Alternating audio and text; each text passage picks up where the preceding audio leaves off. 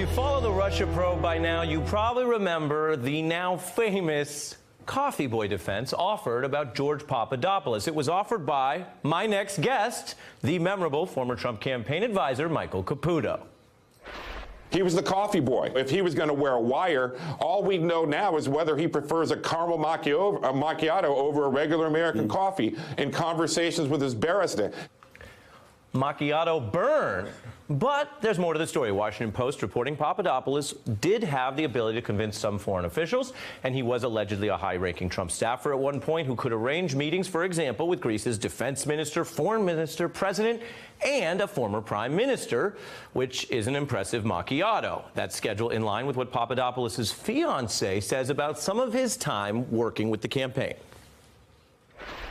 There are consistent evidences that he was not a coffee boy. Was he in touch with the chief strategist, Steve Bannon? Yes, as far as I know, yes. I know Steve Bannon, Michael Flynn. He was in touch with Michael Flynn, General Flynn? Yes, as well. As far as I know, absolutely yes. I never took any initiative without the blessing of the campaign.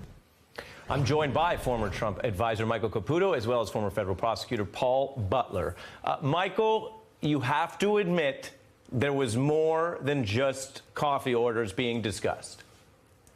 Now, I might have exaggerated Papadopoulos' role when I called him a coffee boy. He wasn't really at the level of the campaign staff where we would have trusted him with the coffee machine. This guy is Zelig, Ari. He's an unimportant character who kind of haplessly pops up across the different scenes of this campaign.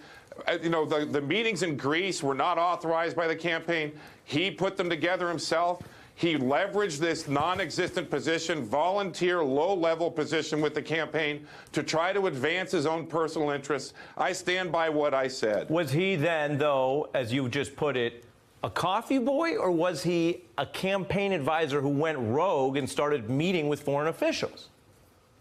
Well, I think, you know, we understand now that Papadopoulos came to the campaign via Dr. Ben Carson's campaign, who found him because he in-mailed them on LinkedIn without being invited, and they, for some reason, quickly hired him as an advisor based on a falsified resume.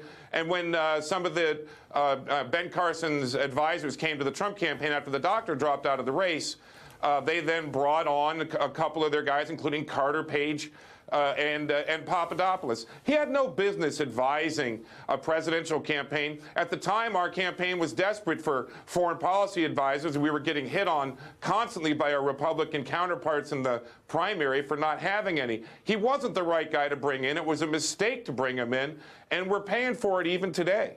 Paul Butler? So here's what's not credible about what Mr. Caputo just said. So when there's a new president-elect in D.C., there's a feeding frenzy for access. George Papadopoulos literally had a seat at the table. We just saw the photo of him with the president. The president says that he's one of his top 5 advisors on foreign policy. And so, it's not what the president said. Well, he listed him to the Washington Post as one of his top 5 advisors. That he did say. Yeah, so again, that's the kind of access that a coffee boy would not have. And then the question is, why is the president and why are you contributing to this false narrative? Why not just tell the truth if the truth is that he went wrong? You're creating the false narrative right now. You're repeating the false narrative. The truth is, Papadopoulos was not a senior advisor on the campaign. He did very little, if anything, and he traveled around the world dining out on his new business card and picking up women. That's what he did. As we know from the Washington Post report, I read the same story, and I think the Post report confirms that this guy was nothing in the campaign, and we see at the end of the Washington Post story that he, is devolving into nothingness. Like I said, he's Zelig. He's a hapless, unimportant character. Let me give Paul a brief response. I got one more question. Go ahead, Paul. Zelig is now singing like a canary to the special prosecutor, Robert Mueller. He's pleaded guilty to 1 count, and he's cooperating. So I think we'll find out just how what a low-level coffee boy does in the Trump administration. I don't know that the word coffee boy has ever been said this many times in a single segment, but we break all kinds of barriers here. Michael, the other thing I got to ask you, we were covering earlier Steve Bannon criticizing the decision to fire Jim Comey. You are someone who, I believe it's fair to say, wants Donald Trump's presidency to succeed. What do you think is the biggest mistake he's made in this Russia probe? Well, I think, James Comey should have been fired on January 21st, probably to the great fanfare of Democrats across the board. I think he waited too long to fire Comey, and in the end, it may end up being the biggest problem that was created by the White House. I think it was the biggest mistake, by far. It's put a lot of people in danger, including the president himself. But I think we're all going to get through this. I think Comey should have been fired, but January 21st. And final question, Michael, what do you order at Starbucks? I drink tea. Hey, all right, not bad. Hey there, I'm Chris Hayes from MSNBC. Thanks for watching MSNBC on YouTube. If you want to keep up to date with the videos we're putting out, you can click subscribe just below me, or click over on this list to see lots of other great videos.